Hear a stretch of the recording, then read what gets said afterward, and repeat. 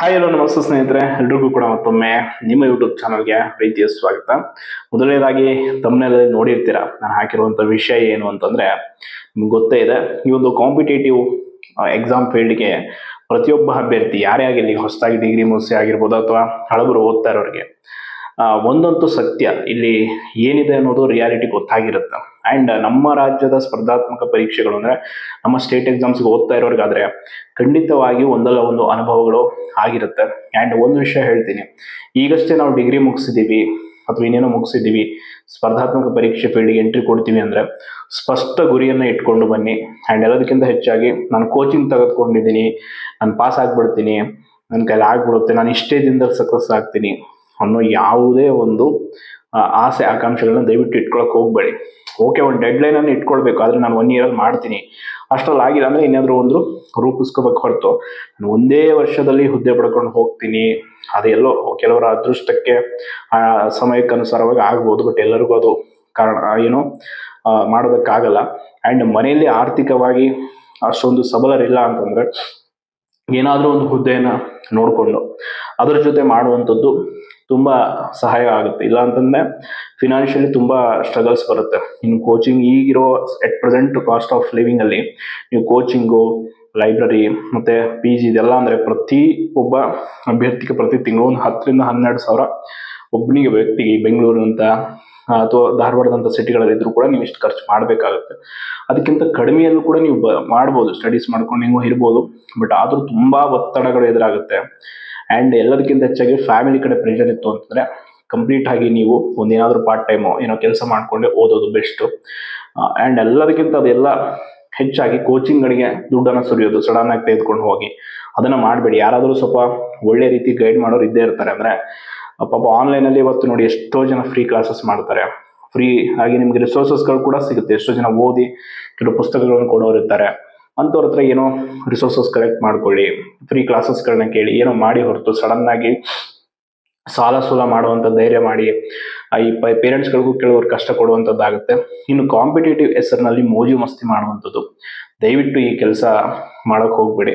Competitive exams ಓದ್ತೀನಿ ಅನ್ನೋ ಹೆಸರು ಇಟ್ಕೊಂಡು ಬಂದು ಇಲ್ಲಿ ಅದರ ಕಡೆ ಫೋಕಸ್ ಮಾಡದೆ ಬೇರೆನೋ ಮಾಡ್ತಾ ಟೈಮ್ ವೇಸ್ಟ್ ಮಾಡೋದು. ಒಟ್ಟಾಗಿ ಬೇರೆ ಏನೋ ಮಾಡಿ, ಅದರಿಂದ ಏನೋ ಬರುತ್ತೆ, ಅದರಿಂದ ನಿಮ್ಗೆ ಏನೋ ಆಗ್ತಾ ಇದೆ, ಹೆಲ್ಪ್ ಆಗುತ್ತೆ ಅಂದ್ರೆ ಮಾಡಿ. ಅದನ್ನ ಬಿಟ್ಟು ಸುಮ್ಮನೆ ಬೇರೆ ಬೇರೆ ವಿಷಯ, ಅನಗತ್ಯ ವಿಚಾರ, ಕೆಲವು ರಾಜಕೀಯ ವಿಷಯಗಳನ್ನ ದಿನನಿತ್ಯ ಚರ್ಚೆ ಮಾಡ್ತಾ ಇರ್ತಾರೆ, ಕೆಲವು ಕೆಲ್ಸಕ್ಕೆ ಬರ್ದಿರೋ ಮಾತುಗಳನ್ನ ಆಡ್ಕೊಂಡು ಕೂತ್ಕೊಳ್ಳೋದು, ಸುಮ್ಮನೆ ಟೈಮ್ ಪಾಸ್ ಮಾಡೋದು, ಅವೆಲ್ಲ ಮಾಡಕ್ ಹೋಗ್ಬೇಡಿ. ಇಲ್ಲ ಏನಾದ್ರು ಅದ್ರ ಬಗ್ಗೆ ಒಂದು ಕೆಲಸ ನೋಡ್ಕೊಂಡು ಕೆಲಸ ಮಾಡಿ, ಒಂದಿಷ್ಟು ಫಿನಾನ್ಷಿಯಲಿ ನೀವು ಹೆಲ್ಪ್ ತಗೊಂಡು ಮನೆಯವ್ರಿಗೆ ಹೆಲ್ಪ್ ಮಾಡಿ. ಯಾಕಂದ್ರೆ ಇಲ್ಲಿ ಅನುಭವ ತುಂಬಾ ಇಂಪಾರ್ಟೆಂಟ್. ಈಗ 25 ವರ್ಷಕ್ಕೆ ಒಬ್ಬ ವ್ಯಕ್ತಿಗೆ ಆಗಿರೋ ಅನುಭವ ಕೆಲವರಿಗೆ 40 ವರ್ಷ ಆದ್ರೂ ಆಗಿರಲ್ಲ. ಅಂದ್ರೆ ಅವರವರ ಬದುಕಿನಲ್ಲಿ ಒಂದೊಂದು ಡಿಫ್ರೆಂಟ್ ಪಾರ್ಟ್ಗಳು, ಡಿಫ್ರೆಂಟ್ ಟರ್ನಿಂಗ್ ಪಾಯಿಂಟ್ಸ್ ಇದ್ದೇ ಇರುತ್ತೆ. ಸೊ ನನ್ನ ಬದುಕಲ್ಲಿ ಹೇಳ್ತಿಲ್ಲ, ನಾನು ಹಲವಾರು ಮಿಸ್ಟೇಕ್ಸ್ಗಳನ್ನ ಮಾಡಿ ಆ ಮಿಸ್ಟೇಕ್ಸ್ಗಳಿಂದ ಕಲ್ತಿದ್ದೀನಿ. ಅಂಡ್ ಆ ಮಿಸ್ಟೇಕ್ಸ್ಗಳೇ ನನ್ನ ಕೆಲವೊಂದು ಸರಿಯಾಗಿ ದಾರಿಗೂ ಕರ್ಕೊಂಡು ಹೋಗಿದೆ, ಕೆಲವೊಂದು ತಪ್ಪು ದಾರಿಗೂ ಕರ್ಕೊಂಡು ಹೋಗಿದೆ.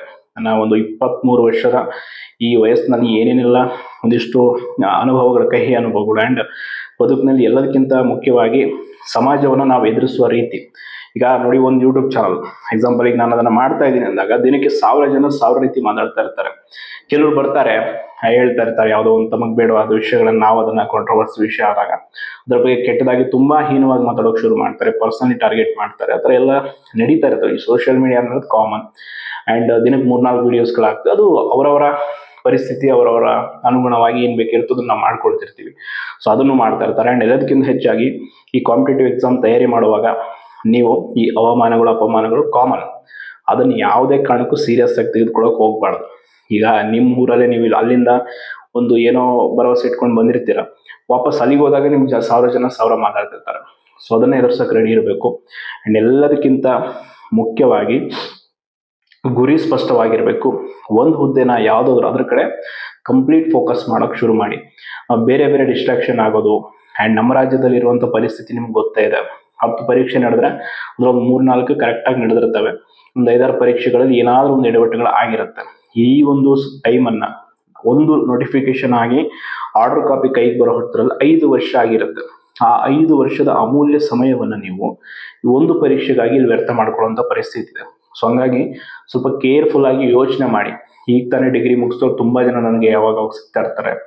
ಮೊನ್ನೆ ಅಷ್ಟೇ ತುಂಬಾ ಜನ ಮೆಸೇಜ್ ಮಾಡಿದ್ರು, ಕಾಲ್ ಮಾಡಿ, ಈ ಥರ ಮಾತಾಡ್ತಿರ್ತಾರೆ. ನಮ್ಮೂರವರೇ ಕೆಲವರು, ನಮಗೆ ಜೂನಿಯರ್ಸ್, ಅಣ್ಣ ಈ ಥರ ಕಾಂಪಿಟೇಟಿವ್ ಓದಬೇಕು, ಸೊ ಈಗ ಡಿಗ್ರಿ ಮುಗೀತು, ನಾನು ಏನು PG ಮಾಡ್ಕೊಳ್ಳ, ಪೋಸ್ಟ್ ಗ್ರಾಜುಯೇಷನ್ನು, ಇಲ್ಲ ಏನಾದರೂ ಕೆಲಸ ನೋಡಲ್ಲ ಅಥವಾ ಕಾಂಪಿಟೇಟಿವ್ ಓದಲ್ಲ ಅಂತ. ಸೊ ಅಂತಾಗ ನಿಮ್ಮ ಹತ್ರನೇ ಯಾರಾದರೂ ಆ ಥರ ಕೇಳಿದಾಗ ನಿಮ್ಮ ಅನುಭವಗಳೇನಿತ್ತು ಅದನ್ನು ಕರೆಕ್ಟಾಗಿ ಅವ್ರಿಗೆ ಹೇಳಿ, ಹಿಂಗಿದೆ ಹಿಂಗಿಲ್ಲ ವಾಸ್ತವ ಸ್ಥಿತಿಗತಿ, ಸೊ ನೀವು ಬಂದರೆ ಈ ರೀತಿ ಓದಿ, ಈ ರೀತಿ ಮಾಡಿ, ಇದಕ್ಕೆ ಕರೆಕ್ಟಾಗಿ ಟೈಮ್ ಕೊಡಿ ಇದೆಲ್ಲ ಸರಿಯಾಗಿ ಗೈಡ್ ಮಾಡ್ಬೇಕು. ಯಾಕಂದರೆ ಎಷ್ಟೋ ಜನರ ಬದುಕನ್ನು ಸೇವ್ ಮಾಡ್ದಂಗೆ ಆಗುತ್ತೆ ಆ ರೀತಿ ರೈಟ್ ಗೈಡ್ ಮಾಡೋದು.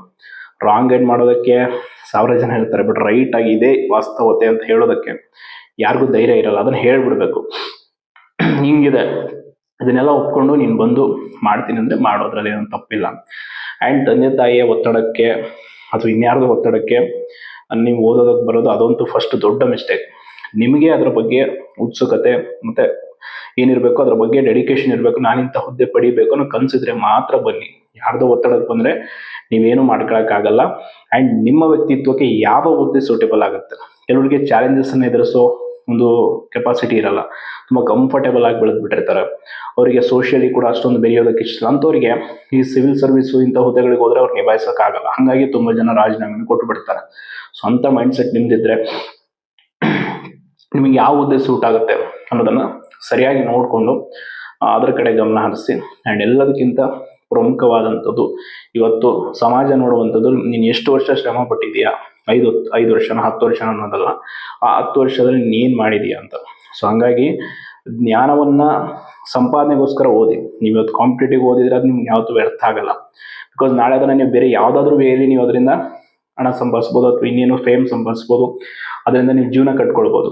ನಾನು ಎಕ್ಸಾಂಪಲ್ ಹೇಳ್ತೀನಿ. ಇವಾಗ ನಮ್ಮ ತಂದೆಯವರೇ LLB ಓದುವಾಗ ಅವ್ರಿಗೆ ಅದು ನಂಬಿಕೆ ಇರಲಿಲ್ಲ. ಅಂದರೆ LLB ಮಾಡ್ತಾ ಇದ್ದೀನಿ ಅನ್ನೋ ಏನೋ ಒಂದು ಪ್ರಾಸ್ಪೆಕ್ಟ್ ಇತ್ತು. ಮುಂದೊಂದು ದಿನ ಅವ್ರ ಲೈಫಲ್ಲಿ ಎಲ್ಲವೂ ಕೈ ಕೊಟ್ಟಾಗ ಅದೇ LLBನೇ ಅವ್ರ ಕೈ ಹಿಡಿತು. ಸೊ ಇವತ್ತು ಅವ್ರೊಂದು ಒಳ್ಳೆ ಬದುಕೋದಕ್ಕೆ ಆ ಒಂದು ಕಾನೂನು ಪದವಿ ಕಾರಣ ಆಯಿತು. ಹಾಗೆ ಪ್ರತಿಯೊಬ್ಬರ ಬದುಕಿನಲ್ಲೂ ಕೂಡ ಒಂದಲ್ಲ ಒಂದು ನಾವೇನೋ ಅನ್ಕೊಂಡಿರಲ್ಲ, ಅನ್ಎಕ್ಸ್ಪೆಕ್ಟೆಡ್ ಆಗಿ ಮಾಡಿದ ಕೆಲಸವೇ ಕೈ ಹಿಡಿದು ಬಿಡುತ್ತೆ. ಲೈಕ್ ನೀವು ಇತ್ತೀಚೆಗೆ ಒಳ ಮೀಸಲಾತಿ ವರದಿ ಸಮೀಕ್ಷೆ ಮಾಡಿದಂಥ ನಮ್ಮ ನಾಗಮೋಹನ್ ದಾಸ್ ಅವ್ರ ಲೈಫ್ ಸ್ಟೋರಿ ಕೂಡ ಕೇಳಿರ್ತೀರ. ಅವರು ನ್ಯಾಯಾಧೀಶರಾಗಿದ್ದು ಹೆಂಗೆ ಅಂತೇಳಿ. ಅವರು ಯಾವುದೂ ಸೀಟ್ ಸಿಗದೆ ಇದ್ದಾಗ ಮಾಸ್ಟರ್ಸ್ಗೆ PG ಮಾಡೋಕೆ ಆವಾಗ ಲಾ ಮಾಡ್ಕೊಂಡ್ರಂತೆ. ಆ ಲಾ ಮಾಡ್ತಾ ಸ್ಟ್ರಗಲ್ ಮಾಡಿ ಅಪ್ ಟು ನ್ಯಾಯಾಧೀಶರ ಹುದ್ದೆವರೆಗೂ ಹೋದಂಥವ್ರು. ಸೊ ಹಂಗೆ ಅನ್ಎಕ್ಸ್ಪೆಕ್ಟೆಡ್ ಆಗಿ ಮಾಡಿದ ಕೆಲಸಗಳು ಕೂಡ ಕೆಲವೊಮ್ಮೆ ಕೈ ಹಿಡಿದು ಬಿಡ್ತವೆ. ಸೊ ಹಾಗಾಗಿ ಏನಾದರೂ ಒಂದು ಮಾಡಬೇಕು, ಒಟ್ಟಿನಲ್ಲಿ ಅದು ಪ್ರೋಗ್ರೆಸ್ ಇರಬೇಕು ಹೊರತು ಯಾವುದನ್ನು ಸ್ಟಾಪ್ ಮಾಡೋಕ್ಕೆ ಹೋಗಬೇಡಿ. ಸಮಾಜಕ್ಕೆ ಹೆದರುವಂಥದ್ದು, ಈಗ ಮಾತಾಡೋರು ಹೆದರ್ಸೋರು ನಿಮ್ಗೆ ಯಾರೂ ಬಂದು ಅನ್ನ ಹಾಕಲ್ಲ. ಆ್ಯಂಡ್ ನೀವು ಇಲ್ಲ ಅಂದರೆ ನಿಮ್ಮ ಕೋಚಿಂಗ್ ಫೀಸ್ ಕಟ್ಟಲ್ಲ, ನಿಮ್ಮ ಲೈಬ್ರರಿ ಫೀಸ್ ಕಟ್ಟಲ್ಲ, ನಿಮ್ಮ ಬದುಕನ್ನು ರೂಪಿಸಿಕೊಡಲ್ಲ. ಸೊ ನಿಮ್ಮ ಸ್ಪಷ್ಟ ಗುರಿ, ನಿಮ್ಮ ಬದುಕಿಗೆ ನೀವೊಂದು ಯೋಜನೆಯನ್ನು ರೂಪಿಸ್ಕೊಂಡು ಮುನ್ನಡೆದ್ರೆ ಖಂಡಿತವಾಗಿ ಯಾವ ಫೀಲ್ಡಲ್ಲಾದರೂ ಸಕ್ಸಸ್ ಪಡಿಬೋದು. ಇದು ನನ್ನ ಒಂದು ಅನಿಸಿಕೆ, ನನಗೆ ಹೇಳಬೇಕು ಈ ರೀತಿ ಅಂತ ಅನ್ನಿಸ್ತು. ಸೊ ಹಾಗಾಗಿ ಹೇಳಿದ್ದೀನಿ ಅಂತ ಹೇಳ್ತಾ ಧನ್ಯವಾದ.